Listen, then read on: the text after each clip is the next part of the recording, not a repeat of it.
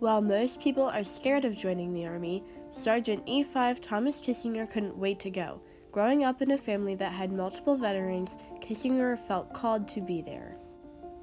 Kissinger crushed all the obstacles in his way and joined the quarry where he worked with rock crushers. He truly earned his title of veteran. War would be just how it feels to be a veteran and how it feels to be, how it is to earn that title, veteran. Born on October 20th in 1949 in Lebanon, PA, Kissinger grew up with his parents, Leonard and Betty Kissinger, and his brother and sister. His father was a greenskeeper and his mother worked in different shirt factories. His brother also joined the military. He was in the Navy during Vietnam. My brother was a fireman. That was his standard job on a Navy boat, USS Monticello. Kissinger grew up in Lebanon and attended school in the Cornwall-Lebanon School District. He graduated from there in 1967 and attended college at Penn State Berks shortly after he got out of the military. Prior to joining the Army, Kissinger had one main job. He was a caddy at the Lebanon Country Club. He started caddying there when he was 12 years old. We hitchhiked out there and we hitchhiked home. That doesn't sound right for today, but back then it was okay. He caddied until he was 16 and then got a job on the course. He then worked on the course for 2 years before he joined the military. Feeling that he was expected to serve and excited to get the experience of the Army, Kissinger enlisted on April 8, 1968. He joined the Army because both his dad and his grandfather served in the Army. Originally, he signed up to be in the infantry, but his instructor changed his mind and changed his course of action to quarrying.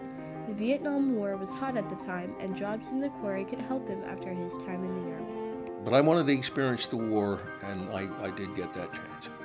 Kissinger left Harrisburg and went to Fort Dix in New Jersey for basic training. In basic training, he learned the rules of the Army and basic combat. This also includes marksmanship, field duty, and first aid.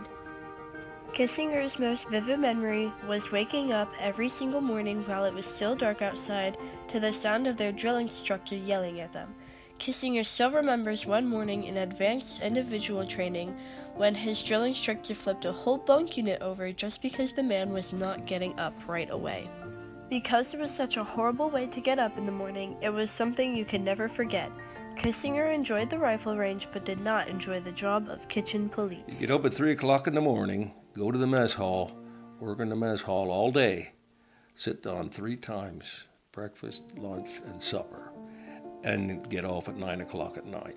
Kissinger dealt with many hardships throughout training, like traveling long distances on a beach with a heavy pack on his back and carrying a heavy rifle. Guys would fall out, it'd collapse, and stop a little bit, and then move on.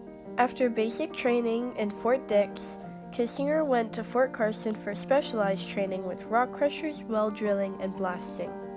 Though he was disappointed that he was not doing the infantry, Kissinger did not shy away or back down. Instead, he served his country proudly.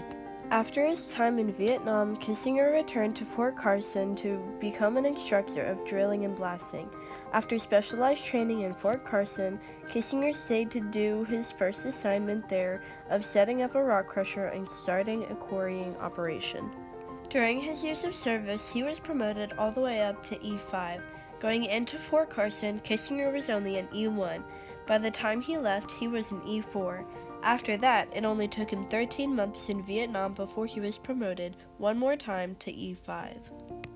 Kissinger had basic training in Fort Dix, advanced training in Fort Leonard Wood, and Fort Carson, Colorado. He and his wife got married and thought about staying there in Colorado, but decided to come back home to Pennsylvania in the end. Kissinger liked Fort Carson the best, but has many vivid memories from his experience in Fort Leonard Wood, Missouri. The trainees there called it by the nickname of Fort Lost in the Woods, State of Misery, and Little Korea. Yeah, but boy, it was so hot in the summer, and I understand it was just as cold in the winter, so nobody was really comfortable.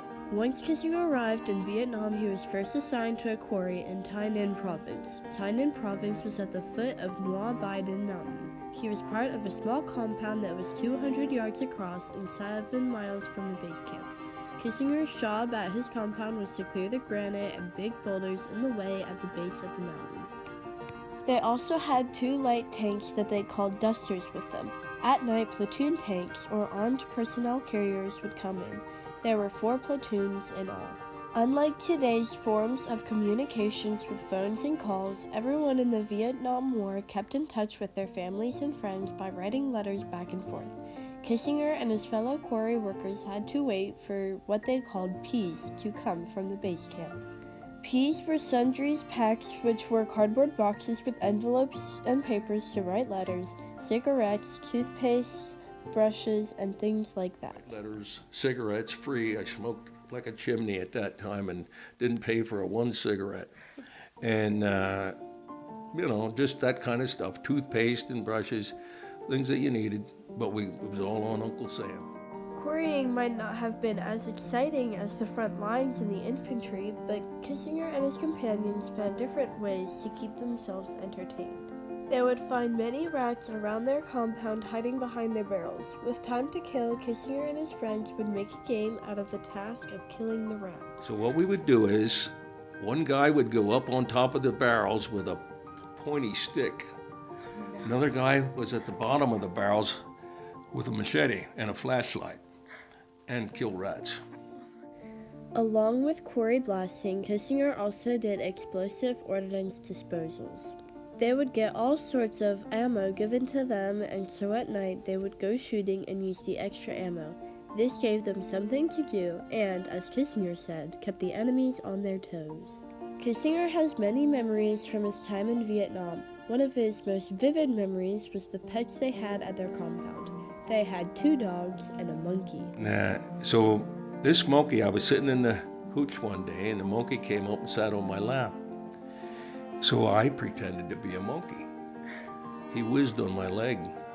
Kissinger was never superstitious, so other than a quick little prayer here and there, he never really did anything for good luck.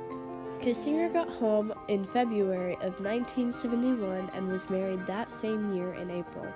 They were married in Colorado and drove home to Pennsylvania from there. He was able to go to college a few years after he got home from his service time under the GI Bill. Kissinger still stays involved with Uncle Sam through the VA Hospital, Lebanon's chapter of Veterans from Foreign Wars, and the Harrisburg chapter of Vietnam Veterans of America. He learned a lot from his time in the Army and will always have lots of respect from those who have served or are serving in the military. It is people who remind us that our freedom did not come freely and we need to be grateful for the freedom we have. All veterans, just like Kissinger, deserve the respect that Kissinger gives to others. He is a proud veteran and grateful to be of service. Thank you, Sergeant Kissinger, for your military service.